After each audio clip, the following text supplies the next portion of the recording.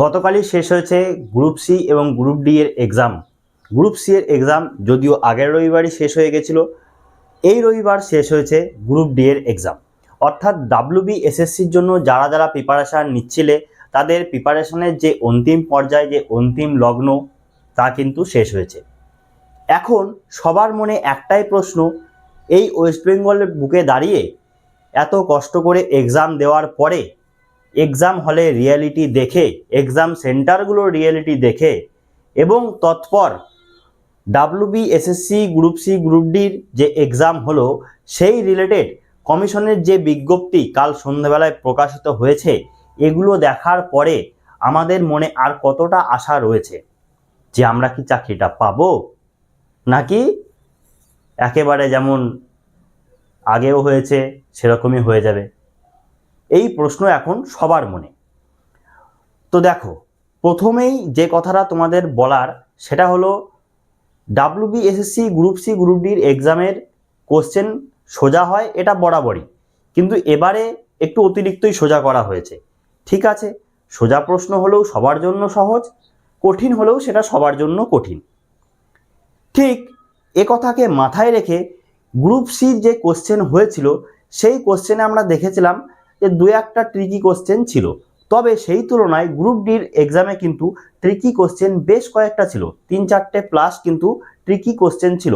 যেমন বালুচরী শাড়ির ওই কোশ্চেনটা, বালুচরী শাড়ির কোশ্চেনটা কি মুর্শিদাবাদে কিন্তু উদ্ভব হয় বালুচরী শাড়ির, পরবর্তীতে বিভিন্ন কারণবশত ওখানে ফ্লাড বা বন্যার কারণবশত কিন্তু বালুচরী শাড়ি চলে যায় বাঁকুড়া বিষ্ণুপুরে। এটা একটা বড় কনফিউশনের জায়গা ছিল। ঠিক আছে, এটা একটা কোশ্চেন ছিল। আরও কি একটা জিআই ছিল, যেটা মা মাসি নিয়ে একটা কনফিউশন সৃষ্টি হয়েছে, ওটা একটা কোশ্চেন ছিল। কম্পিউটারে বুটিং লগিং নিয়ে অনেকের মধ্যে কনফিউশন তৈরি হয়েছে, এক্সাম হলে হওয়াটাই স্বাভাবিক। এরকম কিন্তু 3-4টে প্রশ্ন ছিল, এবং যেগুলো ভেন ডায়াগ্রামের যে সমস্ত জিআইগুলো ছিল ওগুলো যথেষ্ট কিন্তু ট্রিকি ছিল, এক্সাম হলে কিন্তু ওগুলো ভুল হওয়ার সম্ভাবনা বেশি থাকে। সেখানে দাঁড়িয়ে গ্রুপ সির তুলনায় গ্রুপ ডির কোশ্চেন কিন্তু একটু ট্রিকি ছিল, এটা বলাই যায়। এবার সেই কথা অনুযায়ী গ্রুপ ডির কাট আপ তাহলে অনেক কম যাওয়ার কথা, তুলনামূলক এসএসসি গ্রুপ সির থেকে কম তো যাওয়ার কথা। কিন্তু তা সত্ত্বেও আমরা কি দেখতে পেলাম, চারিদিকে সেই দুর্নীতি, সেই মোবাইল নিয়ে এক্সাম হলে ঢুকে যাওয়া, ইভেন এক্সাম হলে মোবাইল নিয়ে যে এন্টার করেছে তার জন্য কতজনের যে চাকরি বাতিল করা হয়েছে, কতজনকে ওখান থেকে বের করে দেওয়া হয়েছে, তার লিস্টও কিন্তু কমিশন দ্বারা প্রকাশ করা হয়েছে। তাহলে বুঝতে পারছো যে যেটা অ্যাপ্রুভাল কমিশন দিচ্ছে সেই জিনিসটাতে দুর্নীতি কতটা হয়েছে। যখন অ্যাপ্রুভাল আমরা পাই না তখনই দেখতে পারি কত দুর্নীতি, যেখানে অ্যাপ্রুভাল পড়েছে তাহলে কি লেভেলের এখানে স্ক্যামগুলো তৈরি হয়েছে। তো দেখো, এত কিছুর পরেও যেটা আমরা আশা নিয়ে পড়ে আছি যে গ্রুপ সি গ্রুপ ডি এর চাকরি কি এরপরেও পাওয়া সম্ভব। দেখো, অসম্ভব বলে তো এই পৃথিবীতে বা দুনিয়াতে কিছু হয় না, তো সম্ভব সব কিছুই, কিন্তু কোন লজিকে বা কোন ইকুয়েশনে সম্ভব। দেখো, গ্রুপ সির ক্ষেত্রে আমি আগের দিনই বলেছিলাম তোমাদেরকে যে গ্রুপ সি এক্সামটা কিন্তু বর্তমানে একটা এমন পর্যায়ে পৌঁছে গেছে যেখানে পিএইচডি করা, কিছু কিছু এমএ পাস করা, এমফিল পড়ছে, এরকম স্টুডেন্টও গ্রুপ সি এক্সাম দিতে গেছে। তো সেইখানে দাঁড়িয়ে এই এক্সামটা এক প্রকার সেই মজাক বলে না, মজাক টাইপের জায়গায় চলে গেছে। 10 পাসের এক্সাম দিচ্ছে, তার থেকে ডবল কোয়ালিফিকেশান নিয়ে বসে থাকা লোকজন। গ্রুপ ডি তো আরও মজাক তৈরি হয়ে গেছে। এটা গ্রুপ ডিটা কি, গ্রুপ ডিটা হলো একটা 8 পাস এক্সাম, গ্রুপ সিটা হচ্ছে 10th আর গ্রুপ ডিটা হচ্ছে 8। গ্রুপ ডিটা হচ্ছে 10th পাস এক্সাম আর এটা হচ্ছে 8th পাস এক্সাম। কিন্তু পরীক্ষা দিতে যাচ্ছে কারা, 10th পাস 8 পাস, শুধু তারা ম্যাক্সিমাম থেকে ম্যাক্সিমাম কোয়ালিফিকেশান থাকা লোকেরা কিন্তু এখানে পরীক্ষা দিতে গেছে। না দিতে যাওয়ার কোনো কারণ নেই, এখানে কোনো হাইটের ব্যাপার নেই, এখানে কোনো মেজারমেন্টের ব্যাপার নেই, সবাই এলিজিবল, একদার থেকে পিডাব্লিউডি যারা আছে তারাও এলিজিবল, সবাই দিতে গেছে।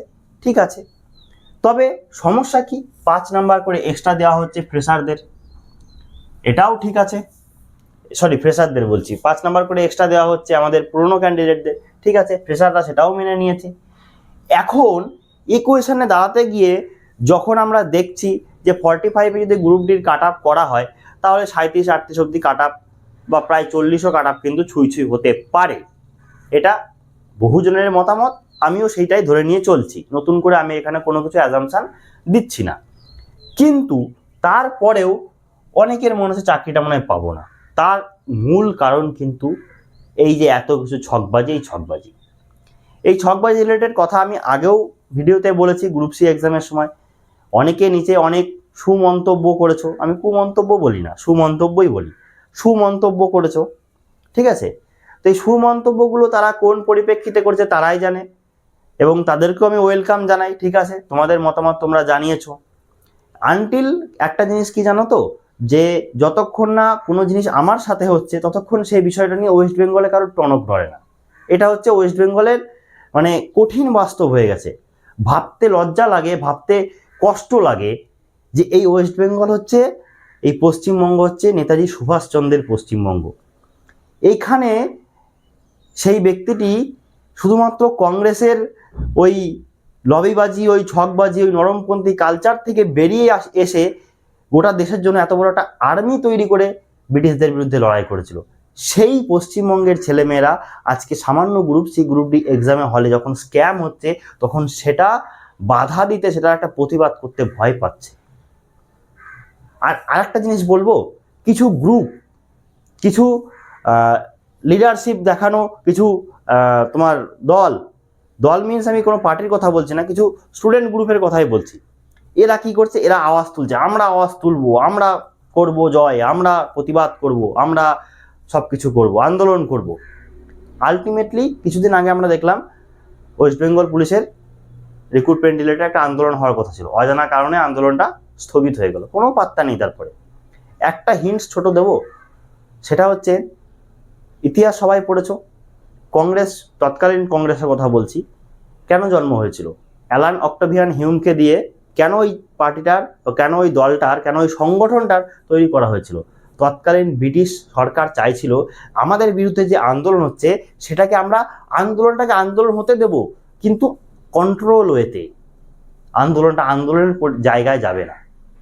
এবার তোমার যদি মাথায় বুদ্ধি থাকে তাহলে ওই পার্সপেক্টিভটাকে বর্তমান পার্সপেক্টিভের সঙ্গে একটু মিলিয়ে নাও।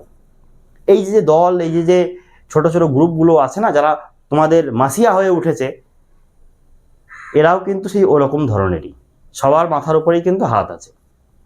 তাই কখন কতটা আন্দোলন করতে হবে, যতটা ইনস্ট্রাকশন তাদের কাছে আসবে ততটাই তারা করবে।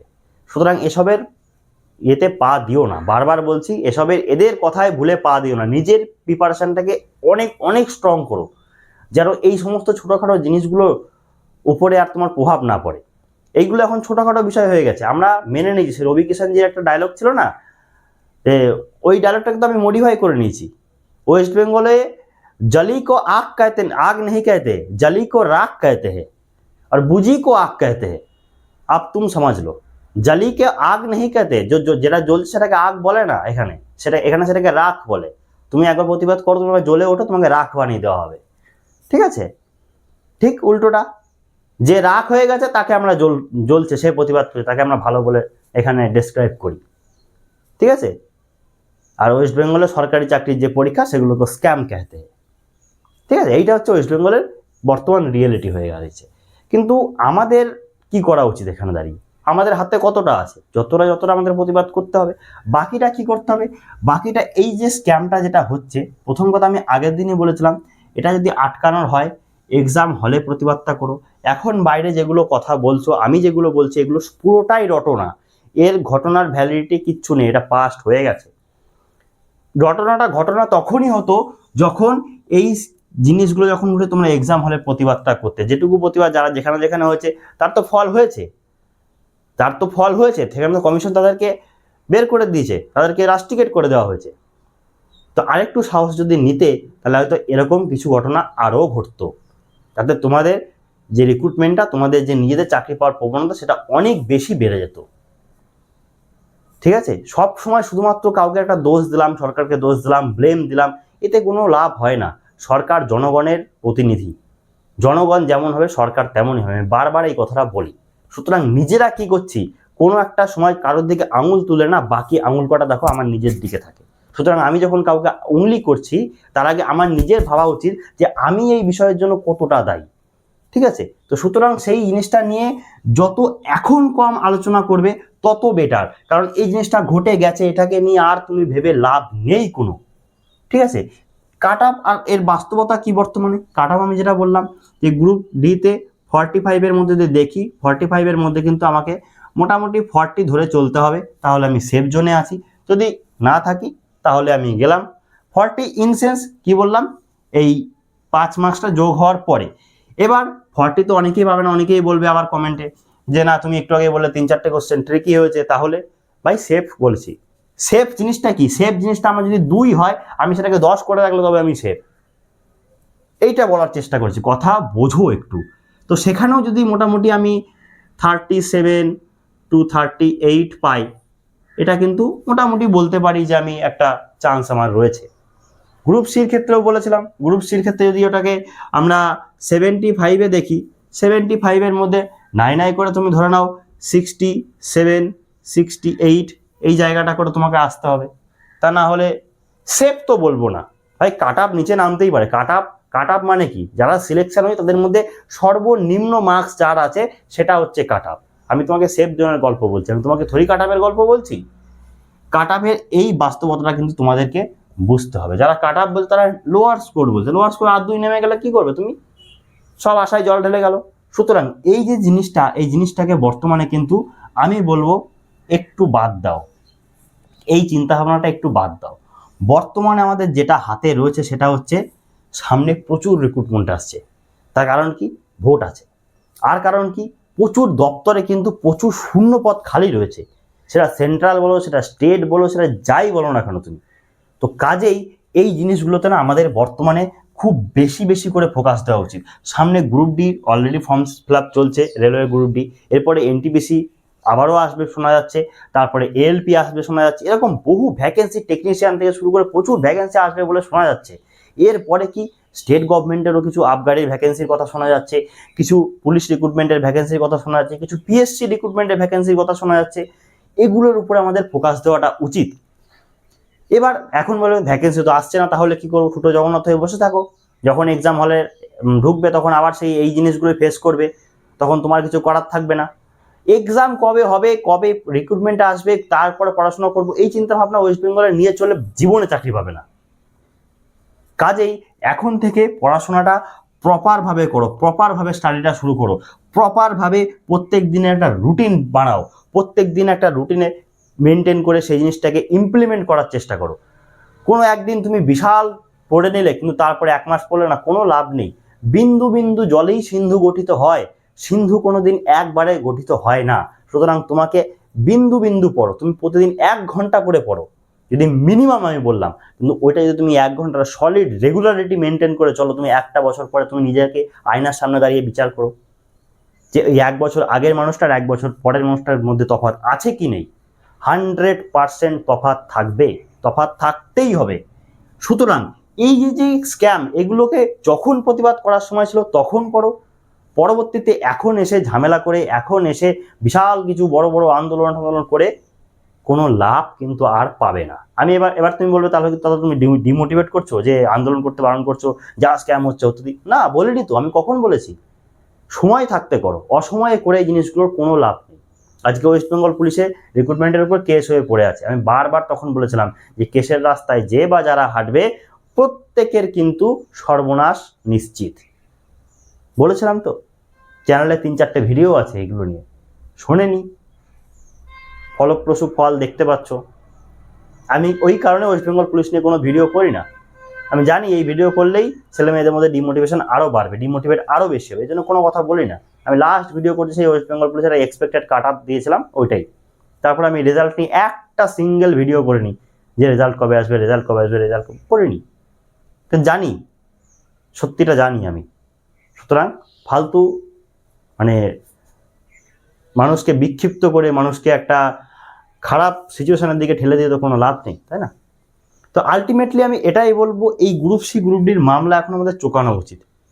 বর্তমানে কি করা উচিত, বর্তমানে আমি কতটা আমার হাতে রয়েছে, কতটা আমি করতে পারবো, এটা ইম্পর্টেন্ট বর্তমানে দাঁড়িয়ে, আজকের দিনে দাঁড়িয়ে, যাতে আমার কালটা ভালো হয়। সুতরাং এই দিকটায় তোমরা একটু ফোকাস করো, বাকি ভগবানের উপর ছেড়ে দাও, তোমার ইষ্ট দেবতার উপর ছেড়ে দাও, তোমার মা বাবার উপর, মা বাবার আশীর্বাদের উপর ছেড়ে দাও, বাকি যা হবে দেখা যাবে। তো চলো, আবারও দেখা হচ্ছে কোনো একটি ইনফরমেটিভ ভিডিও নিয়ে। ততক্ষণ ভালো থাকবে, সুস্থ থাকবে, আর জমির প্রিপারেশন করবে এবং প্রিপারেশনটাকে এতটা জোরদার করবে এই সমস্ত যে দুর্নীতি, এই সমস্ত যে স্ক্যাম, সেগুলো তোমার উপরে বিন্দু মাত্র প্রভাব ফেলতে না পারে। এইটা যদি নিজের মধ্যে ইমপ্লিমেন্ট করতে পারো, আগামী সরকারি চাকরি তোমার।